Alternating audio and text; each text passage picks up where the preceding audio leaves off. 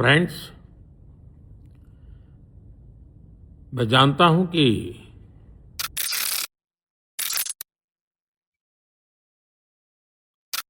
नमस्कार. मी अवंती आणि तुम्ही पाहत आहात विचारांती. आज आपण अशा एका घटनेबद्दल बोलणार आहोत ज्याने भारत सरकार, मेटा आणि सोशल मीडियाच्या शक्तीबद्दल अनेक प्रश्न निर्माण केले आहेत. फेसबुकवर पंतप्रधान नरेंद्र मोदी यांचा एक व्हिडिओ काही तासांसाठी प्रतिबंधित झाला. सरकारने मेटाला समन्स बजावले. संसदीय समितीने नाराजी व्यक्त केली आणि शेवटी मेटाला भारत सरकारची माफी मागावी लागली. पण हे पहिल्यांदा नाही आहे जेव्हा मेटाला सरकारसमोर माफी मागावी लागली आहे. जगात असं बऱ्याचदा झालं आहे. चला बोलूया.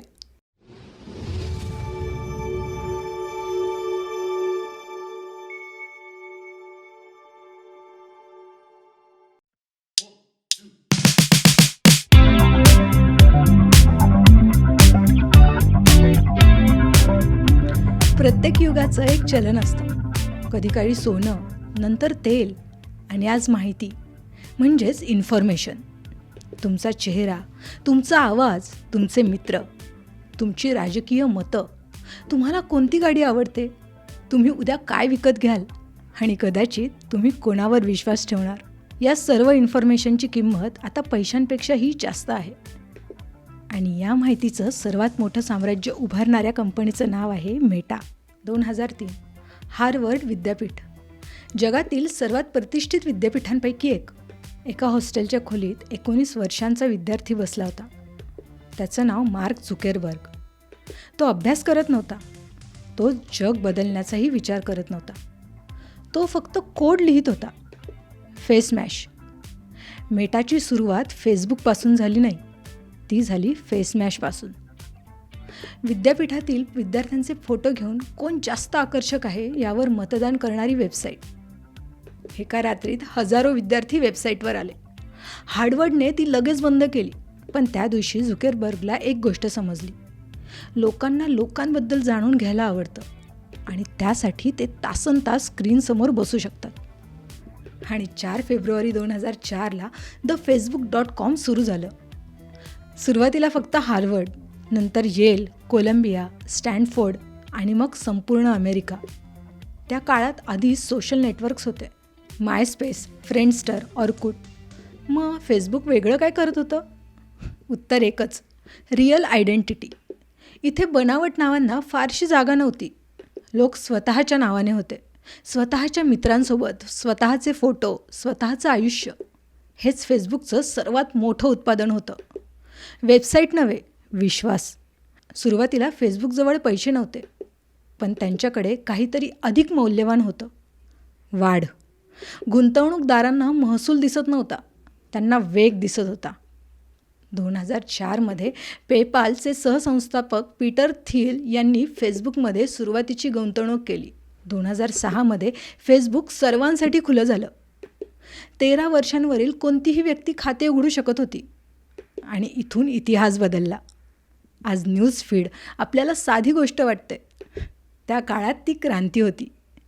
तुमच्या मित्रांनी काय केलं, कोणाचा वाढदिवस, कोण कुठे गेला, सगळं एका जागी.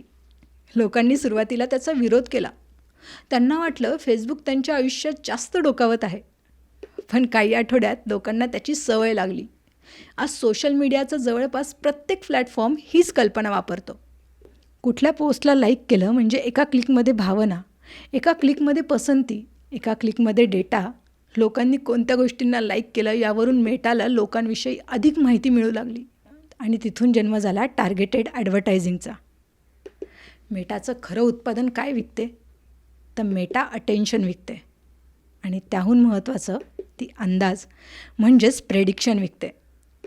कोणत्या व्यक्तीला कोणती जाहिरात दाखवली तर ती क्लिक करेल याचा अंदाज. यासाठी मेटाला जितका अधिक डेटा तितकी अधिक कमाई. आजही मेटाच्या एकूण महसुलाचा मोठा भाग जाहिरातींमधून येतो. 2025मध्ये कंपनीचा महसूल सुमारे $201 अब्ज झाला आणि त्यातील बहुसंख्य उत्पादन फॅमिली ऑफ ॲप्समधून झाले. मग आली सर्वात मोठी खरेदी, इंस्टाग्राम. इंस्टाग्रामकडे अवघे काही डझन कर्मचारी होते. महसूल जवळजवळ नव्हताच, पण एक गोष्ट होती, तरुण पिढी. मेटाने इंस्टाग्राम जवळपास $1 अब्ज विकत घेतलं. त्यावेळी अनेकांनी झुकेरबर्गची खिल्ली उडवली. फोटो शेअरिंग ॲपसाठी इतके पैसे? हाच इंस्टाग्राम जगातील सर्वात प्रभावशाली सोशल प्लॅटफॉर्मपैकी एक आहे. त्याच्यानंतर आलं इतिहासातील सर्वात चर्चित टेक ॲक्विजिशनपैकी एक. मेटाने व्हॉट्सअपसाठी जवळपास $19 अब्ज दिले. त्यावेळी व्हॉट्सअपवर जाहिराती नव्हत्या, पण मेटाने इतके पैसे का दिले? कारण व्हॉट्सअपकडे जगभरातील अब्जावधी लोकांच्या इन्फॉर्मेशनचं प्रवेशद्वार होतं. आणि त्याच वर्षी मेटाने ऑक्युलस विकत घेतलं. झुकेरबर्गला वाटत होतं मोबाईल नंतरचं पुढचं युग VR असेल. याच कल्पनेतून पुढे मेटा नावाचा जन्म झाला. फेसबुक ते मेटा, कंपनीचं नाव बदललं. ही एक अनाउन्समेंट होती. आम्ही फक्त सोशल मीडिया कंपनी नाही. मेटाला वाटत होतं भविष्यात इंटरनेट मेटावर्समध्ये जाईल. रियालिटी लॅब्समध्ये कंपनीने प्रचंड गुंतवणूक केली. मात्र या विभागाला सलग मोठे ऑपरेटिंग तोटे सहन करावे लागले. तर मुख्य नफा अजूनही फेसबुक, इंस्टाग्राम, व्हॉट्सअप आणि मेसेंजर या फॅमिली ऑफ ॲप्समधूनच येत राहिला. दररोज जगातील अब्जावधी लोक मेटाच्या किमान एका ॲपचा वापर करतात.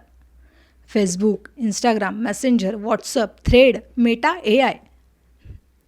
2025च्या अखेरीस कंपनीने सरासरी 3.58 अब्ज डेली ॲक्टिव्ह युजर्स असल्याचं नोंदवलं. ही फक्त कंपनी नाही, ही पृथ्वीवरील सर्वात मोठ्या डिजिटल इकोसिस्टीमपैकी एक आहे.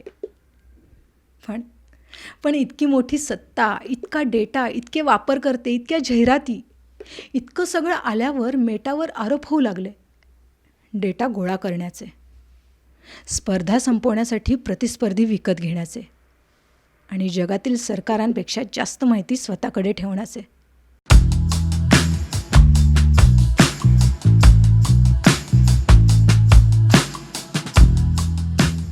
तुम्ही कोणत्या फोटोवर थांबलात? कोणता व्हिडिओ अर्धवट सोडला? कोणत्या पोस्टवर राग आला? कशावर हसलात? या सगळ्याचा डेटा असलेली कंपनी म्हणजे मेटा. लोकांना वाटत होतं की फेसबुक तुम्ही टाकलेला फोटो, इंस्टाग्रामवर लाईक केलेली पोस्ट किंवा केलेले कमेंट फक्त तुमच्यापुरतंच मर्यादित असते. पण 2018मध्ये उघड झालेल्या एका घटनेने संपूर्ण जगाला धक्का दिला. ह्या घटनेचं नाव होतं कॅम्ब्रिज ॲनालिटिका स्कॅन्डल. 2014मध्ये अलेक्झांडर कोगन नावाच्या संशोधकाने फेसबुकवर एक व्यक्तिमत्व चाचणी म्हणजेच पर्सनॅलिटी क्विज तयार केली. त्या ॲपचं नाव होतं दिस इज युअर डिजिटल लाईफ. सुमारे 2.7 लाख लोकांनी ही क्विज स्वेच्छेने भरला. पण त्या काळी फेसबुकच्या नियमांमुळे हे ॲप फक्त क्विज भरलेल्या व्यक्तीचीच नाही तर त्याच्या फेसबुक मित्रांची माहिती गोळा करू शकत होतं. परिणाम फक्त 2.7 लाख लोकांच्या माध्यमातून सुमारे 87 दशलक्ष म्हणजेच 8.7 कोटी फेसबुक वापरकर्त्यांचा डेटा हा गोळा करण्यात आला. आणि त्यातील बहुतेक लोकांना याची कल्पनाही नव्हती. त्या काळात फेसबुकच्या API धोरणांमुळे कोट्यावधी लोकांच्या डेटाचा वापर राजकीय सल्लागार कंपनी कॅम्ब्रिज ॲनालिटिकापर्यंत पोहोचल्याचा आरोप झाला.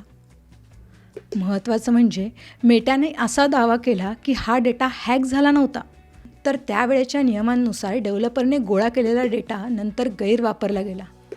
पण सामान्य लोकांसाठी फरक नव्हता. त्यांचा विश्वास तुटला होता.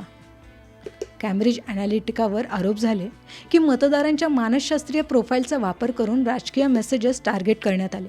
मार्क झुकेरबर्ग यांना अमेरिकन काँग्रेससमोर अनेक तास प्रश्नांची उत्तरे द्यावी लागली. त्यांनी सार्वजनिकरित्या माफी मागितली आणि फेसबुककडून मोठी चूक झाल्याचं मान्य केलं. नंतर अमेरिकेच्या फेडरल ट्रेड कमिशन म्हणजेच FTCने फेसबुकवर $5 अब्ज दंड ठोठावला. हा त्या काळातील गोपनीयतेशी संबंधित सर्वात मोठ्या दंडापैकी एक होता. तिकडे युरोपियन युनियनने गोपनीयतेला मूलभूत हक्क मानलं. GDPR लागू झाला. कंपन्यांना स्पष्ट नियम सांगण्यात आले. डेटा कसा गोळा करणार, किती दिवस ठेवणार, कशासाठी वापरणार, वापरकर्त्याला हटवण्याचा अधिकार आहे का, या सगळ्यावर निर्बंध आले. मेटावर पुढील काही वर्षात युरोपमध्ये विविध प्रकारांमध्ये मोठे दंड झाले. काही डेटा ट्रान्सफरबाबत, काही जाहिराती पद्धतींबाबत, काही वापरकर्त्यांच्या संमतीबाबत. यामुळे मेटाला केवळ आर्थिक फटका बसला नाही, तर युरोपमध्ये व्यवसाय कसा करायचा हेच बदलावं लागलं. जगभरातील सरकार मेटाकडे वेगळ्या नजरेने पाहू लागली. ही कंपनी फक्त सोशल मीडिया कंपनी आहे की ही माहितीवर नियंत्रण ठेवणारी जागतिक शक्ती आहे? युरोपने नियम आणले, अमेरिकेने खटले भरले, ऑस्ट्रेलियाने बातम्यांबाबत कायदे केले, कॅनडाने डिजिटल प्लॅटफॉर्मना आव्हान दिलं, ब्राझीलने चुकीच्या माहितीवर प्रश्न उपस्थित केले आणि आता नंबर आला भारताचा.